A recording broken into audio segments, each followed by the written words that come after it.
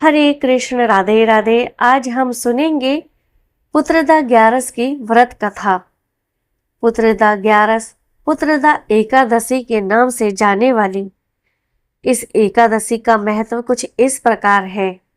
कहा जाता है, जो भी मनुष्य, जो स्त्री पुरुष सच्चे मन से श्रद्धा भाव से एकादशी के व्रत का नियमों का पालन करता है और इस व्रत को करते हुए भगवान का नाम जाप करता है, अधिक से अधिक भगवान श्री हरि विष्णु उसकी मनोकामना जरूर पूर्ण करते हैं।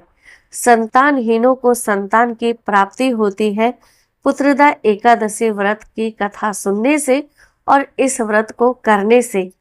आज हम इस व्रत कथा का श्रवण करेंगे कि कैसे एक निसंतान राजा को संतान की प्राप्ति हुई।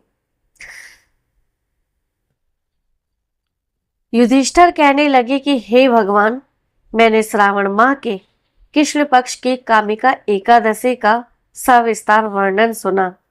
अब आप मुझे कृपा करके श्रावण एकादशी का क्या नाम है, व्रत करने की क्या विधि है तथा इसका क्या महात्म्य है, कृपा करके कहिए।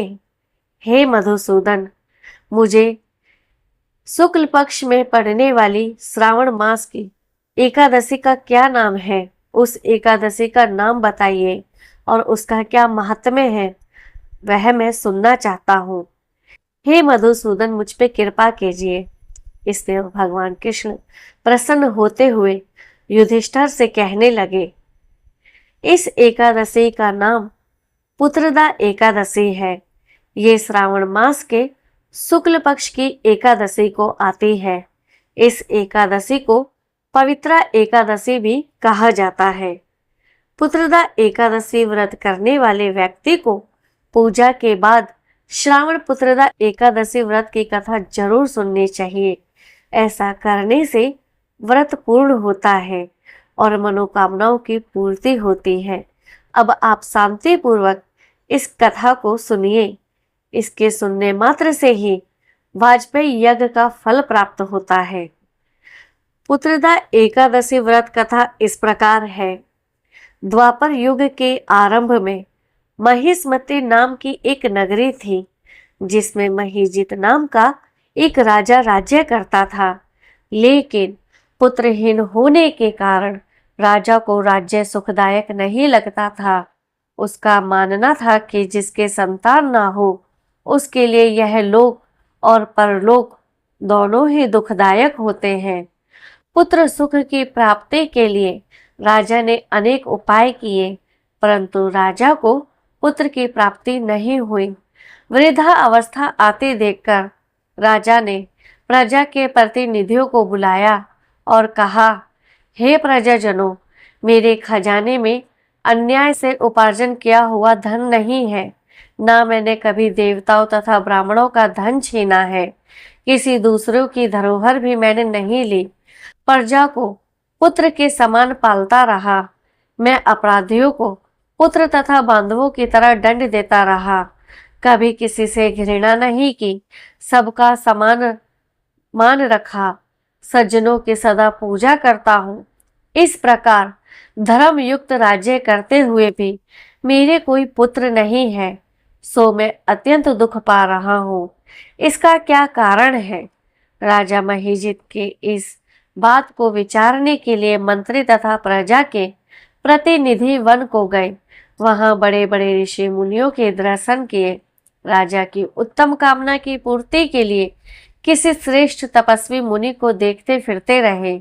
एक आश्रम में उन्होंने एक अत्यंत वयोवृद्ध धर्म के ज्ञाता, बड़े तपस्वी, परमात्मा में मन लगाए हुए, निराहार, जितेंद्रिय, जितात्मा, जीत क्रोध, सनातन धर्म के गूढ़ तत्वों को जानने वाले, समस्त शास्त्रों के ज्ञाता महात्मा लोमस मुनि को देखा, जिनका कल्प के व्यतीत होने पर एक रोम गिरता था।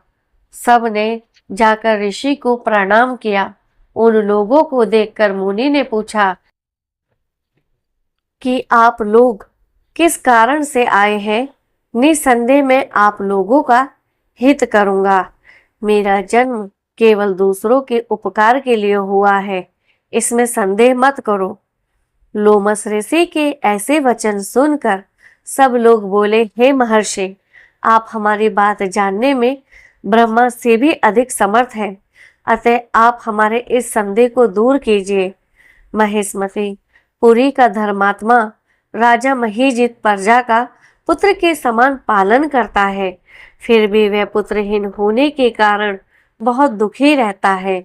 उन लोगों ने आगे कहा कि हम लोग उसकी प्रजा हैं, अतः उसके दुख से हमें भी दुख होता है। आपके दर्शन से हमें पूर्ण विश्वास है कि हमारा यह संकट अवश्य दूर हो जाएगा, क्योंकि महान पुरुषों के दर्शन मात्र से अनेक कष्ट दूर हो जाते हैं। अब आप कृपा करके राजा के पुत्र होने का हमें उपाय बताएं। यह वार्ता सुनकर ऋषि ने थोड़ी देर के लिए नेत्र बंद किए और राजा के पूर्व जन्म का वृतांत जान कहने लगे कि राजा पूर्व जन्म में एक निर्धन वैश्य था। निर्धन होने के कारण इसने कई बुरे कर्म किए। वह एक गांव से दूसरे गांव व्यापार करने जाया करता था। एक समय ज्येष्ठ मास के शुक्ल पक्ष की द्वादशी के दिन मध्या के समय जबकि वो 2 दिन से भूखा प्यासा था, एक जलाशय पर जल पीने गया। उसी स्थान पर एक तत्काल की ब्याही हुई प्यासी गौ जल पी रही थी। राजा ने उस प्यासी गाय को जल पीते हुए हटा दिया और स्वयं जल पीने लगा। इसीलिए राजा को यह दुख सहना पड़ा। एकादशी के दिन भूखा रहने से वह राजा हुआ और प्यासी गौ को जल पीते हुए हटाने के कारण पुत्र वियोग का दुख सहना पड़ रहा है। ऐसा सुनकर सब लोग कहने लगे कि हे ऋषि, शास्त्रों में पापों का प्रायश्चित भी लिखा है, अतः जिस प्रकार राजा का यह पाप नष्ट हो जाए, आप ऐसा उपाय बताइए। लोमस मुनि कहने लगे कि श्रावण शुक्ल पक्ष के एकादशी को, जिसे पुत्रदा एकादशी भी कहते हैं, तुम सब लोग व्रत करो और रात्रि को जागरण करो, तो इससे राजा का यह पूर्व जन्म का पाप अवश्य नष्ट हो जाएगा, साथ ही राजा को पुत्र की अवश्य प्राप्ति होगी। लोमस ऋषि के ऐसे वचन सुनकर मंत्रियों सहित सारी प्रजा नगर को वापस लौट आई और जब श्रावण शुक्ल एकादशी आई तो ऋषि की आज्ञा अनुसार सबने पुत्रदा एकादशी का व्रत और जागरण किया।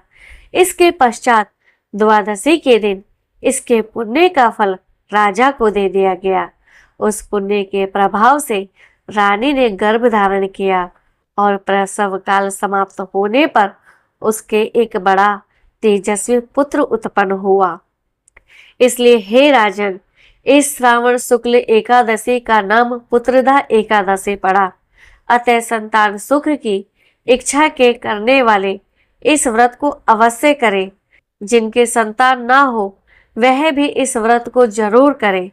पूरी श्रद्धा से, मन से भाव भक्ति लगाकर प्रभु के नाम का जाप करें और इस दिन अन्न का त्याग करें। ऐसा करने से मनुष्य की यह इच्छा जरूर पूर्ण होती है। इसके महात्म्य को सुनने से मनुष्य सब पापों से मुक्त हो जाता है और इस लोक में संतान सुख भोग कर परलोक में स्वर्ग को प्राप्त होता है। तो मेरे प्यारे भक्तजनों, ये थी पुत्रदा एकादशी व्रत कथा। हरे कृष्ण।